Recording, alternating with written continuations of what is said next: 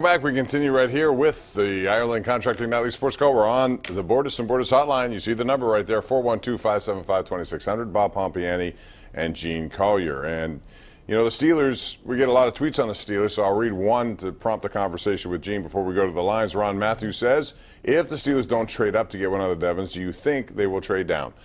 Well, first of all, according to some of these mock drafts, and they changed every day, who knows what's right and what's wrong, Devin Bush may slide down closer to them. And, Gene, if this happens, Devin White's, you know, I think by all accounts is someone who's going to be in the top 10 or close to it. Bush may.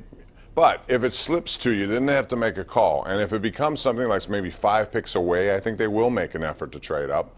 That doesn't mean they'll be able to, because you got to find a trade partner. Sure. And they're going to want a lot, I would imagine. Yeah, I mean, depending on how many spots you've got to move, they're going to have to trade 2 or 3 or even 4 draft picks.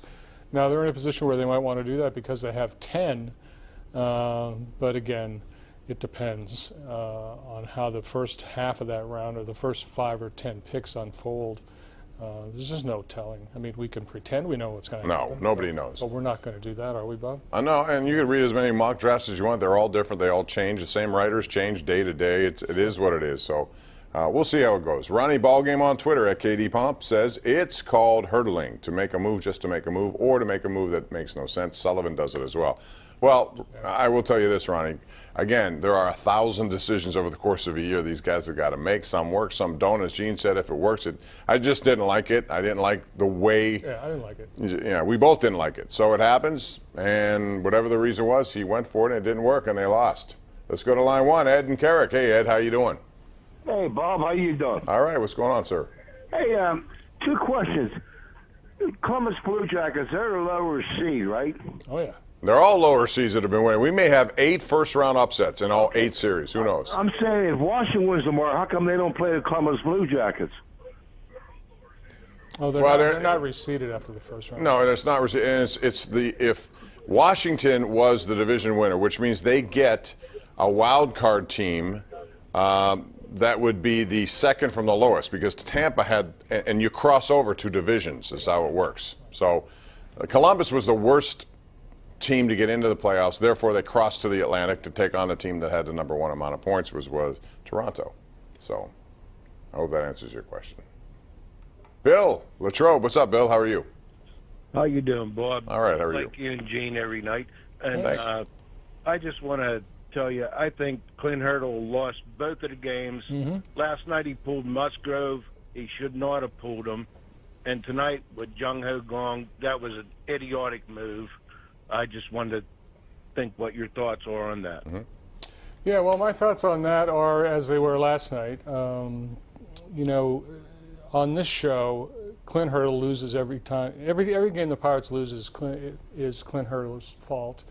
Every one they win, the Pirates, the players win. I'm so tired of this argument. You know, tonight's is just strictly a manager's decision. He wanted an experienced hitter to go against an experienced closer instead of a player that has 20 Major League at-bats. If that sounds idiotic to you, I can't help you. Yeah, the only thing is I say this veteran player hasn't been in the league for 2 years, and that's my biggest concern with him, because from when I watched Jung Ho Gong swing the bat, to me he can't catch up on a lot of pitches, and I think it's going to take time for him. I agree with you on this particular move, Bob, but this reflex of blaming Hurdle for every bad thing that happens. I'm not saying that. No, I'm not saying you are. I'm saying the callers are. Okay. Let's go. Line 3, it's Marie in Bloomfield. Hey, Marie, welcome to the Ireland Contracting Nightly Sports Call. Hi, Bob. Hi, Gene. Hi, Thanks Marie. so much for taking my call. Sure.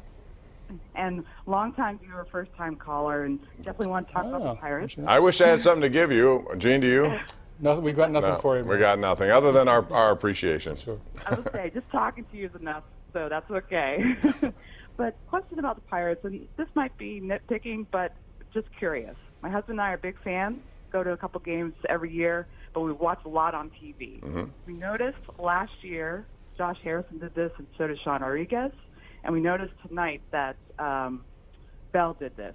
He was sitting on the back entrance to the dugout, the closest one close to the outfield, towards the end of the game. And looks unprofessional and just like he was checked out. So I didn't know if you guys noticed that and what your thoughts are. I didn't notice that, Marie. I wouldn't put much into it because it's a big dugout. Guys are spread out. Gene, your thoughts? Thank you for the call, Marie. Yeah, I wouldn't read too much into that, Marie. I mean, guys, have their own reactions to what happens in the game. Just because they're in a certain position, I don't think it necessarily connotes a negative reaction. But I'll look for it. I'm not really sure what you're referring to there. Dan in Butler is next up right here on Pittsburgh CW. Hey, Dan, go right ahead. Bob, I go back to Rosie Rosewell days.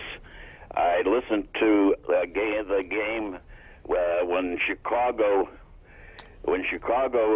beat the Pittsburgh back in the 30s. All right, Dan, we need you to get to the point, though. I don't have a lot of time. Sorry. Okay, my question to you tonight is, I think Cervelli was not in a proper position to make that tag. He was in front of the plate. He should have been back just a little bit. He had to turn around to tag him. If he's back just slightly, he makes the tag right in front. What do you think? Well, first of all, Dan, thanks for the call. I thought that play, once it got by Josh Bell, had no chance to succeed for the Pirates. I just did. It was a long throw. Dyson's fast. The other thing you got to consider, these catchers now are not allowed to be in a certain amount of position to block anyone to do anything, and I don't like that. I don't like how this has become. Yeah, I don't really like the way it's evolved either, Bob. I disagree with you on the possibility of making that play. I think Frazier could have made that play if he'd set himself and made a better throw. But I disagree with the caller that Cervelli's position had anything to do with it. Had Cervelli been in the position the caller describes, the ball would have taken an extra split second to get there, and he still would have been safe. Will and Emma calling. Hey, Will, you're on. Hey, how you guys doing tonight? Good. Good. Hey, 7 years ago, Bob Nutting says, if you people pack the park, I'll spend more money. And there's no one more faithful than a Pirate fan. They packed the park for like 4 years, and every year he spent less and less and less. And then Frank Conley said, we can't spend the money, we don't have the fans. You got to be kidding me. Go ahead, I'll let you talk. Okay. Well, Gene, I never liked that. I think it's about build it and people will come. I think that's what we saw in 2013, 14, and 15. And you didn't add to it at that time when they had an opportunity potentially to do that. It's a very competitive division. And I don't like the theory that you got to come out first and then we'll spend. I never liked that. No, I never liked it. I have nothing to disagree with that call about. That's exactly right. All right. I guess we're due for a break. Yes? Okay, let's go to Pete in Squirrel Hill, then we'll take a break. Hey, Pete. Hey, guys, how are you tonight? Two quick questions, Bob. Number one, how old is Cole Tucker?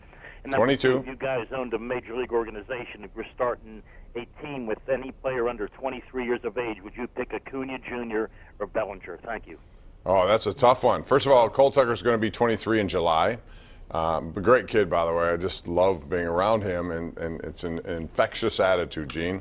That's a good question, Acuna or Bellinger? Bellinger is really, really good. That Dodger lineup is good with young people. Yeah, I mean, that's... Who would you pick? That's like, would you rather have Ruth or Gehrig? I mean, I'll take either one. I'll take Bellinger just because I think he delivers more of a pop than Acuna is really good, though. Yeah. They're both very good. There's no wrong answer there, I think, Pete. Angelo, Ken, and Bob coming up. We'll take your calls. We got to take a break right here on the Ireland Contracting Nightly Sports Call, Pittsburgh CW.